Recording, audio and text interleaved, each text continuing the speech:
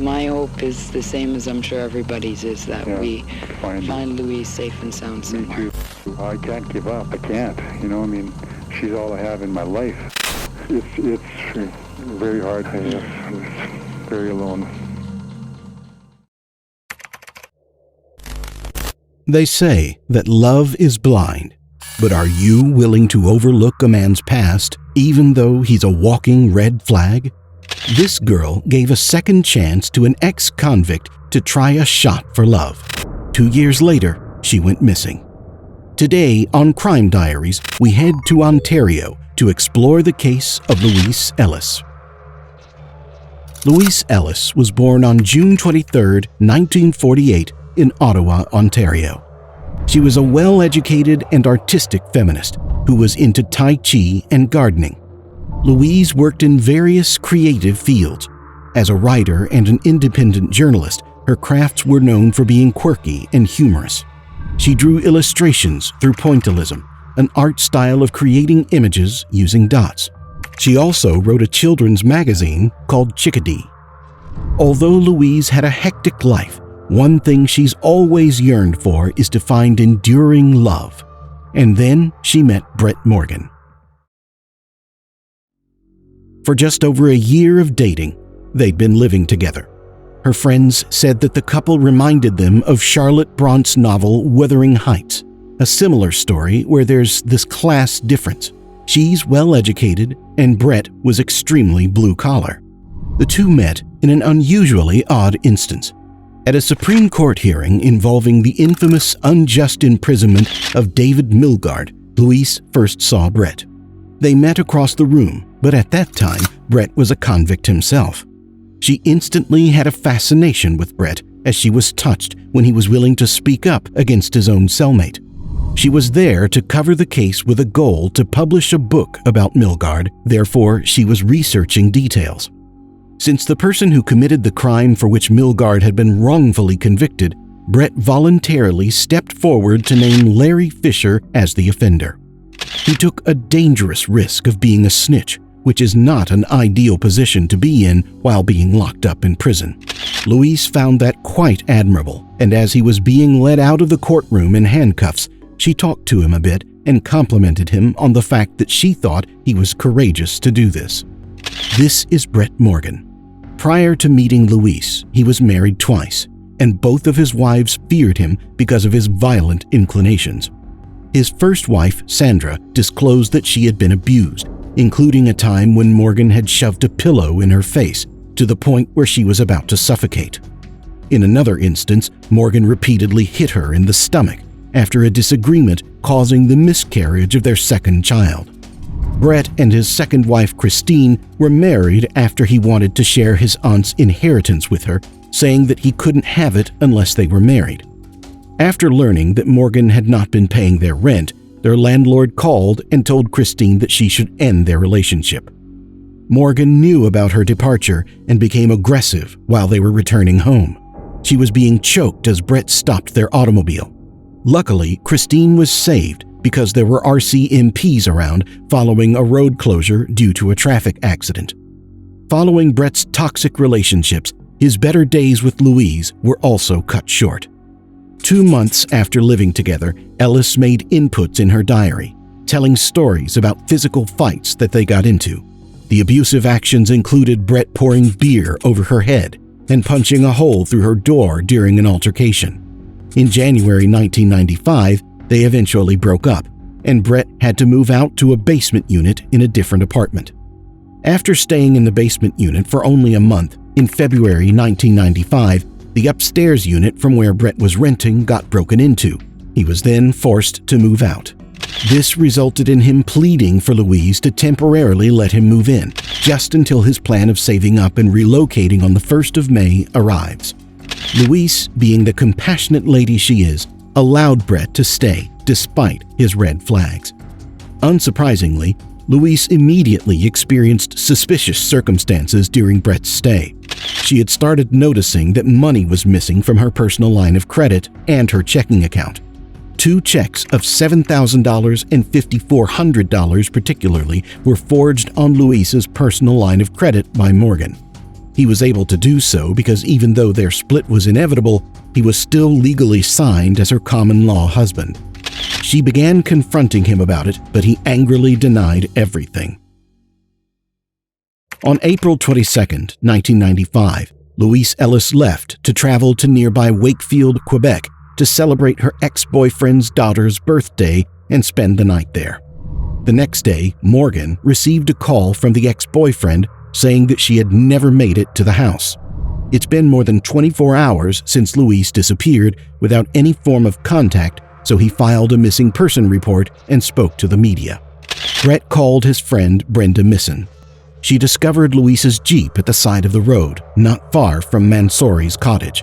She found her Jeep in the north of the city in the Gatineau Hills. It is locked with all of Louise's belongings. The police began looking for Louise. They looked in the bushes and in the river where the car was. After a week of searching, Louise was still nowhere to be found. Brett kept searching on his own initiative and even made posters with Louise's pictures. He went to the scene where Louise's car was found. He also talked to each and every person who drove there that day, and he was out there all the time telling the press that, "I have to find my sweetie. I have to bring her home." As police dug deeper into her disappearance, Sergeant Pulfer took a statement from Brett and learned about the very unusual way he met Louise. When the sergeant asked Brett about his criminal history, he was unexpectedly open-minded. "I killed the hooker in Edmonton in 1978, he claims. After killing a woman in an Edmonton hotel 17 years ago while under the influence of cocaine, Brett was found guilty of manslaughter. Louise believed he was the man deserving of another shot. She hoped to be the one lady who would significantly impact his life. I would never do anything to harm her. Marie Parent, a private investigator who relocated from Scotland to Canada, called to volunteer her assistance to Louise's distraught partner, Brett Morgan. The next day, Marie made plans to visit his home and considered what she could do while there. Although she is anxious, she's also motivated by her compelling personal goals. Brett was waiting for Marie on his doorstep when she arrived, and he introduced himself and thanked her. She asked about recording their talk and was given an unequivocal yes. Marie went to the abandoned Jeep, which is not far from the cottage belonging to Louise's ex-boyfriend, John Maisonneuve.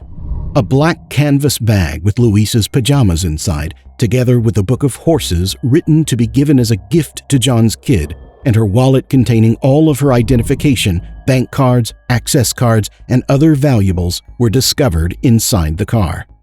On June 24, 1995, weeks after Louise's disappearance, Marie and Brett started searching for Louise's remains in the Gatineau Hills and started a search near Louise's ex-boyfriend's house near Masham. With the worst-case scenario in their minds, they spent hours driving down the dirt roads and searching the forest. Marie described the search as a nature walk. On the 5th of July 1995, the police instructed Marie to set up Brett to get out of the house so they could plant a secret recording device in his truck. Marie went to a restaurant with Brett. After arriving at Morgan's home, they agreed to meet the following day to continue their search for Ellis.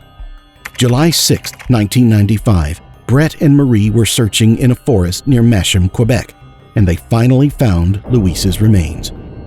After walking through a dense patch of bush, Marie spotted something, approximately 30 feet in the distance.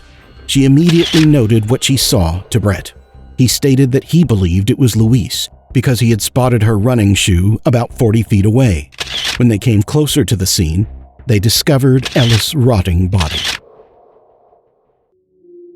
Earlier, before their encounter with Louise's dead body, Marie had been noticing some inconsistencies in Morgan's story and started to suspect that he was involved in his partner's disappearance. Upon the discovery of the body, the police arrested Morgan that day for questioning. After an extensive investigation, the authorities unveiled the truth behind Louise's murder. They found pieces of evidence and were able to see through Brett's lies in his interrogations. In the actual turn of events on April 22, 1995, before departing to spend the night at her ex-boyfriend's place, police revealed that Louise had confronted Brett and demanded him to pay her back for the money he stole. A fight ensued. Brett then suffocated Louise in the bathroom of her home. She grasped the shower curtain in her struggle, resulting in it being ripped down. He used that shower curtain to wrap her up and transport her to the Gatineau Hills, where her body was dumped in a wooded area. This location was close to Ellis's ex-partner's property, John Maisonneuve, which Morgan purposefully chose in an attempt to frame him for murder. Lastly, Brett drove Louise's car near Wakefield, Quebec, abandoned it there, and cycled back to Ottawa. Brett's trials started in the fall of 1997 and lasted 6 months with more than 90 witnesses. Brett Morgan was convicted of the first-degree murder of Louise Ellis and was sentenced to life in prison with no possibility for parole for 25 years. Brett's stay in prison didn't last long. In 1998, he died in prison due to hepatitis C, just 2 months after his sentence. Louise was a shining beacon to her loved ones, and her light will always be remembered. Her story tells us about the dangers of being compassionate. Always remember to be careful and watch out, because the person you've loved and you've helped could be the same person to stab your back and take your life. What are your thoughts about the case of Louise Ellis? Tell us in the comment section. Also, make sure to like this video, subscribe to our channel, and hit the bell icon to get the latest updates. This has been Crime Diaries, and until next time, don't be another statistic.